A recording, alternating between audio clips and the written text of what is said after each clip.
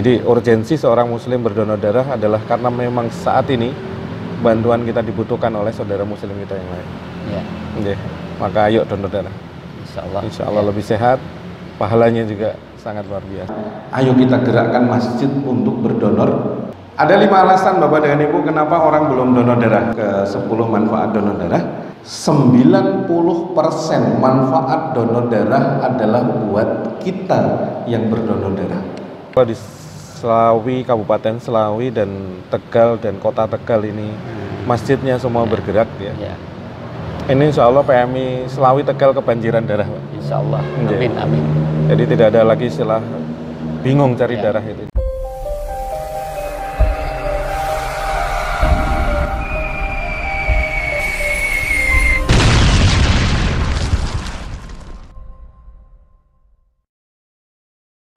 Assalamualaikum Ustadz Agus Imamuddin ya. Waalaikumsalam warahmatullahi wabarakatuh. Ini rupanya dari Kendal. Bapak. Saya alhamdulillah bersyukur ketemu dengan Ustadz pagi ini. Alhamdulillah sama-sama. Di Tegal ini memang sangat memprihatinkan. Gedungnya bagus, tetapi memang tidak ada unit transfusi ini masih sangat kesulitan.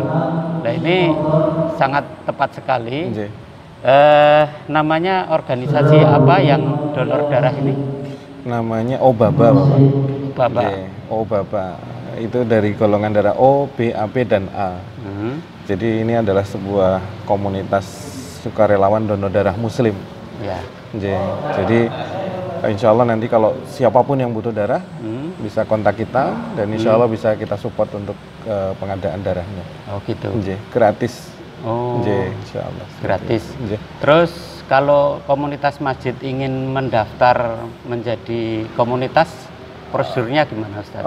Intinya begini, sebenarnya nanti daerah itu bisa suplai langsung ke PMI bisa. Nanti kalau sudah rutin, nanti kita bisa bentuk juga OBABA di Slawi. Oh gitu. Tujuannya untuk menyiapkan kebutuhan darah yang sifatnya emergensi.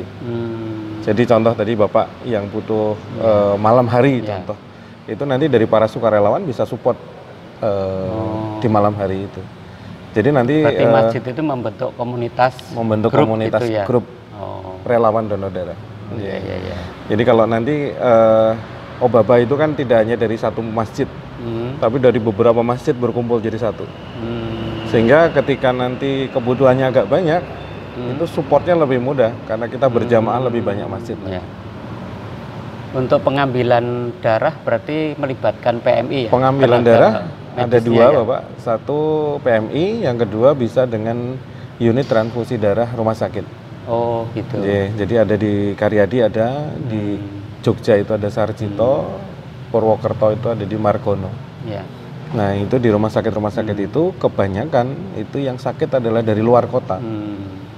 Nah itu kemarin bahkan sampai hari ini kita support terus setiap hari ke Karyadi. Kalau di sini memang ada unit transfusi ya, unit di transfusi PMI siap 24 jam. Kita tinggal memperbanyak stok di PMI saja. Sehingga nanti tidak ada lagi istilah kebingungan nyari darah. Ini insya Allah kalau di Slawi, Kabupaten Slawi dan Tegal dan Kota Tegal ini masjidnya semua bergerak ya. Ini insya Allah PMI Slawi Tegal kebanjiran darah, Pak. Insya Allah. Amin, amin. Jadi tidak ada lagi istilah bingung cari darah itu insya Allah. Sekali lagi Ustadz, aksi cepat donor darah Muslim OBABA ini visi misinya kemana ini? Nomor 1, membantu sesama Muslim yang sedang butuh darah. Insya Allah ini kita support. Kemudian yang kedua, fadilah besar donor darah ini adalah sebenarnya menyehatkan pendonor, Bapak. Jadi kami di sini melakukan edukasi untuk setiap Muslim kenapa harus donor darah. Karena memang ini sangat menyehatkan buat kita. Nah baru menyelamatkan jiwa orang lain. Nah insya Allah kalau semua sudah tahu fadilahnya, semua sudah senang berdonor darah, menjadi aktivitas rutin, menjadi aktivitas prioritas, itu insya Allah sekali lagi tadi tidak ada lagi istilah kekurangan darah. Bahkan kalau bisa nanti Indonesia ekspor darah nih ke daerah mana yang butuh support darah. Insya Allah. Jadi ini dari Muslim, ya. Semua anggota Obaba ini kami screening semuanya Muslim. Dipakai siapa? Prioritas utama adalah Muslim. Yang kedua, kalau memang non Muslim mau pakai, silahkan, karena kita rahmatan lil alamin. Terakhir nih pertanyaan Ustadz, untuk harapan ke depan untuk kaum Muslim ini apa harapannya? Harapannya sederhana, Bapak. Ini ada peluang amal soleh yang luar biasa, ya. Donor darah, menyehatkan diri sendiri, menyehatkan jiwa kita, raga kita, kemudian menyelamatkan orang lain. Jadi urgensi seorang Muslim berdonor darah adalah karena memang saat ini bantuan kita dibutuhkan oleh saudara Muslim kita yang lain. Maka ayo donor darah. Insya Allah lebih sehat, pahalanya juga sangat luar biasa. Siap kita gerakkan untuk Kabupaten Tegal. Mudah-mudahan melalui Islamic Center. Start dari sini, Bapak. Ini bisa 200 kantong dari Islamic Center, kan keren. Insya Allah. Terima kasih Ustadz. Sami-sami. Itu untuk nambah keterangan. Siap, jazakallahu khair. Amin. Jangan lupa komen, like, share, dan subscribe.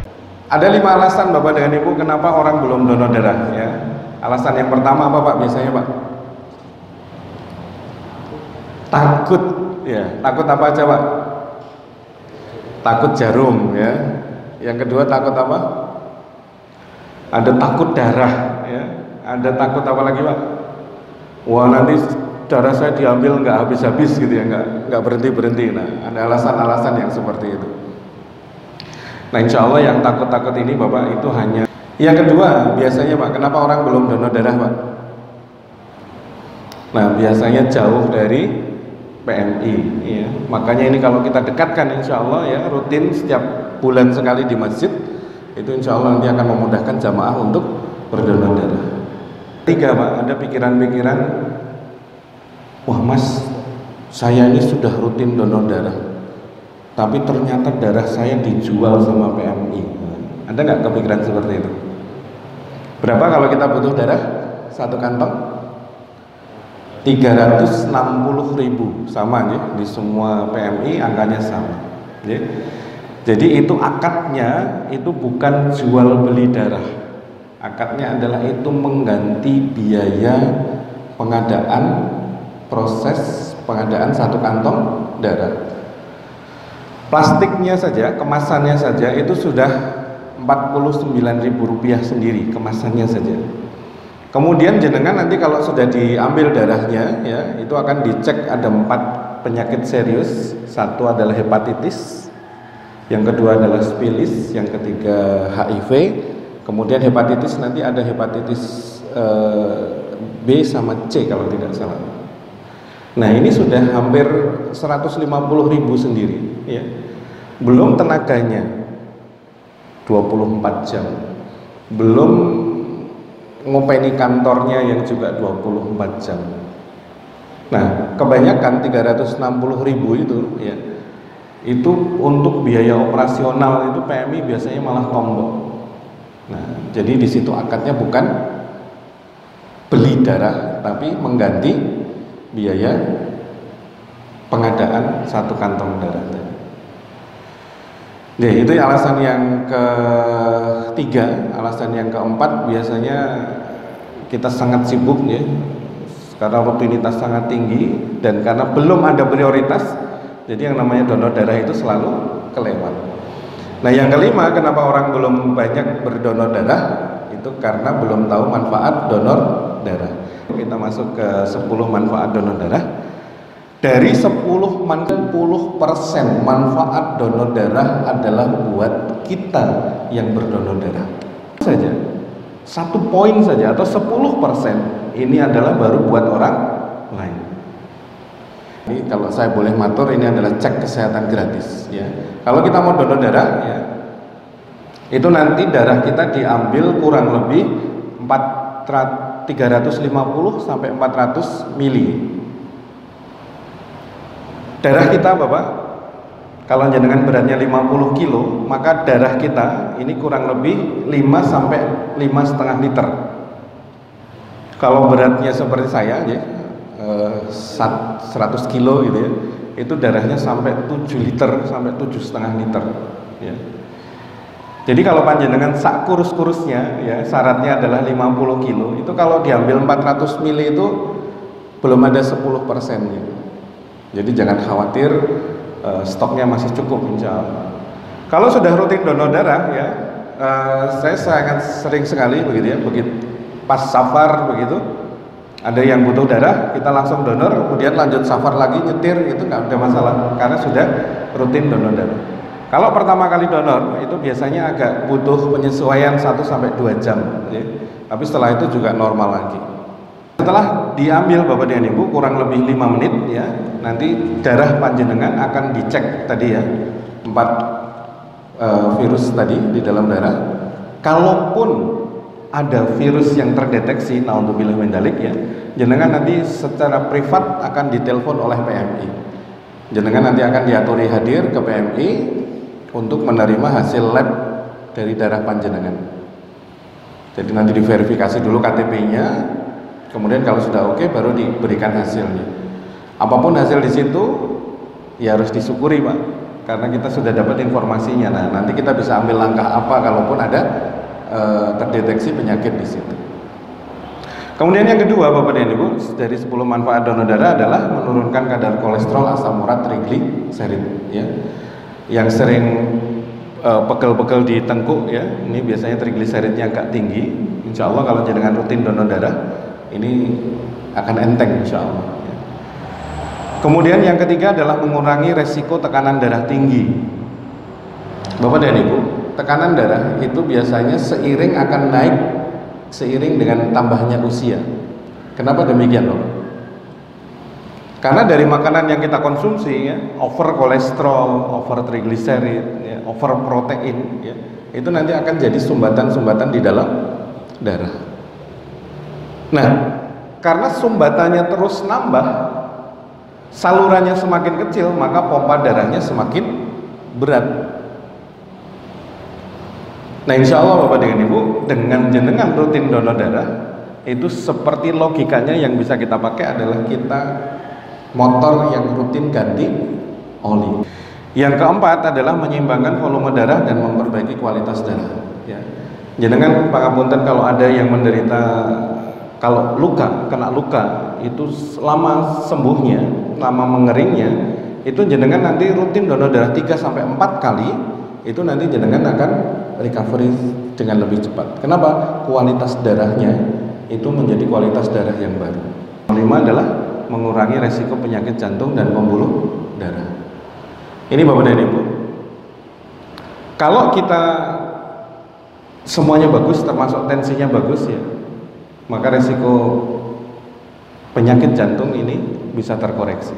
Yang keenam Bapak Ibu, menyeimbangkan zat besi atau logam berat dalam darah. Ciri-ciri, nah ini jenengan bisa perhatikan Bapak dan Ibu, ciri-ciri kalau di dalam darah kita terlalu banyak logam beratnya, ciri-cirinya adalah jenengan tidak lek-lekan, tidak melek malam, tapi di jam 9-10 pagi ngantuknya sangat luar biasa. Itu salah satu ciri-ciri di dalam darah kita, di dalam liver kita, logam beratnya cukup banyak. Nah ini insya Allah dengan kita donor darah, nah ini akan mengurangi logam berat dalam tubuh kita. Kemudian yang ketujuh Bapak dan Ibu, mengurangi resiko penyakit kanker ya, terutama adalah kanker darah atau leukemia. 8 Bapak, ini yang luar biasa ikhtiar menjadi lansia yang sehat dan awet muda. Kami barusan Bapak Ibu mendokumentasikan pianton-pianton orang-orang yang sekarang ini usianya sudah 70 tahun, 80 tahun, tapi mereka pernah berdonor darah sampai 50 kali, 70 kali, 80 kali. Masya Allah Bapak dengan Ibu, kondisi kesehatan mereka sangat luar biasa. Jadi salah satu ikhtiar sehat dan awet muda di usia lanjut insya Allah. Nah, cuman memang ada berita yang tidak menggembirakan Bapak dengan Ibu. Batas donor darah pertama itu adalah usianya maksimal 50 tahun. Donor darah pertama bagi yang belum pernah ya. Tapi kalau sudah pernah donor darah sampai usia 60 tahun, 65 tahun itu jenengan masih boleh berdonor darah. Kenapa demikian? Kemudian yang ke-9 Bapak, ini menyelamatkan jiwa orang lain. Ini saya kupas sedikit ya, Al-Maidah ayat 32, barang siapa memelihara kehidupan seorang manusia, maka seakan-akan dia telah memelihara semua manusia. Jadi apa maksud dari ayat ini Bapak dan Ibu? Ketika kita berdonor darah, darah kita terpakai dengan izin Allah menyelamatkan satu nyawa. Contoh dia adalah seorang ulama besar, contoh, atau dia seorang pemimpin besar, atau dia seorang yang mempunyai kontribusi besar terhadap agama. Bayangkan Bapak dengan Ibu, darah panjenengan terpakai oleh beliau, mensupport menyelamatkan kehidupan beliau atas izin Allah, maka jenengan akan dapat royalti dari amal kebaikan yang dipakai oleh yang memanfaatkan darah panjenengan tadi. Keren atau keren banget Bapak dan Ibu? Keren ya, insya Allah ya. Kemudian hadis ini Bapak dan Ibu yang membuat kami sangat bersemangat ya. Barang siapa menyelesaikan kesulitan seorang mukmin dari berbagai kesulitan dunia, niscaya Allah akan memudahkan kesulitannya pada hari kiamat. Bapak dan Ibu, orang yang sedang butuh darah menumpuk berapa kesulitan Bapak? Cari darah itu gampang-gampang sulit atau sulit-sulit gampang Bapak? Gampang, sulit-sulit gampang ya. Kadang kalau gampang ya gampang, kalau sulit-sulitnya luar biasa. Kesulitan pertama. Kesulitan yang kedua, dia sedang dirawat di rumah sakit. Kesulitan yang ketiga, keluarganya akhirnya jadi repot di situ nunggoni beliau. Yang keempat, biayanya Bapak Ibu. Nah, dengan jenengan berdonor darah, ya, jenengan bisa mengurai satu kesulitannya, tersolusikan. Allah bikin beliau sehat, semuanya terurai satu persatu. Jadi kesulitan-kesulitan seorang mukmin tadi yang sedang butuh darah tersolusikan pada saat jenengan sedekah darah tadi. Kemudian yang terakhir Bapak dan Ibu, bismillah ya, membuat hidup lebih bahagia dunia dan akhirat. Bapak dan Ibu, jenengan pasti sangat sudah familiar nih dengan hadis Dawu mardokum bi sodakoh, sembuhkan penyakitmu dengan sedekah. Familiar sih? Dengan kita memberi Bapak dan Ibu, dengan kita memberi, dengan kita bersedekah, hadisnya mengatakan sembuhkan penyakitmu dengan sedekah. Dikatakan Rasulullah 1400 tahun yang silam, ternyata hari ini Bapak dan Ibu, satu persatu sunnah itu dipelajari oleh sains, terutama sains kedokteran ya. Dan ini ada satu ilmu yang luar biasa. Ketika kita memberi Bapak dan Ibu, maka muncullah yang namanya hormon serotonin. Hormon apa Bapak? Serotonin. Hormon inilah yang akan menimbulkan, memunculkan rasa bahagia dalam tubuh kita. Yang kedua, fungsi hormon serotonin apa Bapak dan Ibu? Dia akan mengaktifkan yang namanya sel natural killer, sel pembunuh virus dan bakteri dalam tubuh kita. Berarti semakin banyak kita memberi, serotoninnya muncul, maka kita akan jadi lebih bahagia, dan kita akan lebih, insya Allah ya, kita akan lebih kebal terhadap bakteri dan virus. Kenapa? Sel NK-nya tadi kuat dan banyak. Tentara perangnya melawan virus dan bakterinya besar. Makanya Bapak dan Ibu, kebanyakan orang yang nyah-nyoh ya, senang sedekah, senang memberi, senang kontribusi, senang membantu orang lain, begitu ya, berderma begitu. Biasanya Pak, ya smiling face ya, hidupnya bahagia, guyunan ya. Kebalikannya orang yang jarang sedekah, orang yang pelit, nah itu hormon serotoninnya nggak keluar Pak. Apa yang terjadi? Guyu itu angel gitu. Nah, insya Allah Bapak dan Ibu, dengan kita berdonor darah, nah mudah-mudahan ini Allah bahagiakan kita dunia dan akhirat besok. Nah, ini Bapak dan Ibu 10 manfaat donor darah. Mudah-mudahan setelah panjenengan paham tentang keilmuan tentang donor darah ini, nanti jenengan akan rutin berdonor darah. Monggo ide berdonor darah di masjid ini bisa dieksekusi di masjid ini, silahkan nanti bisa menghubungi PMI setempat, ataupun kalau belum ada, jangan langsung tindak ke PMI, jangan donor darah di sana. Insya Allah fadilah-fadilah ini jangan akan dapatkan. Dan tadi Pak PR kita ada 1.500 muslim yang di Semarang yang itu butuh bantuan kita. Mudah-mudahan Allah memudahkan kita untuk membantu saudara-saudara muslim kita. Karena garansi Allah, kalau kita membantu saudara-saudara muslim kita, Allah pasti membantu kehidupan kita.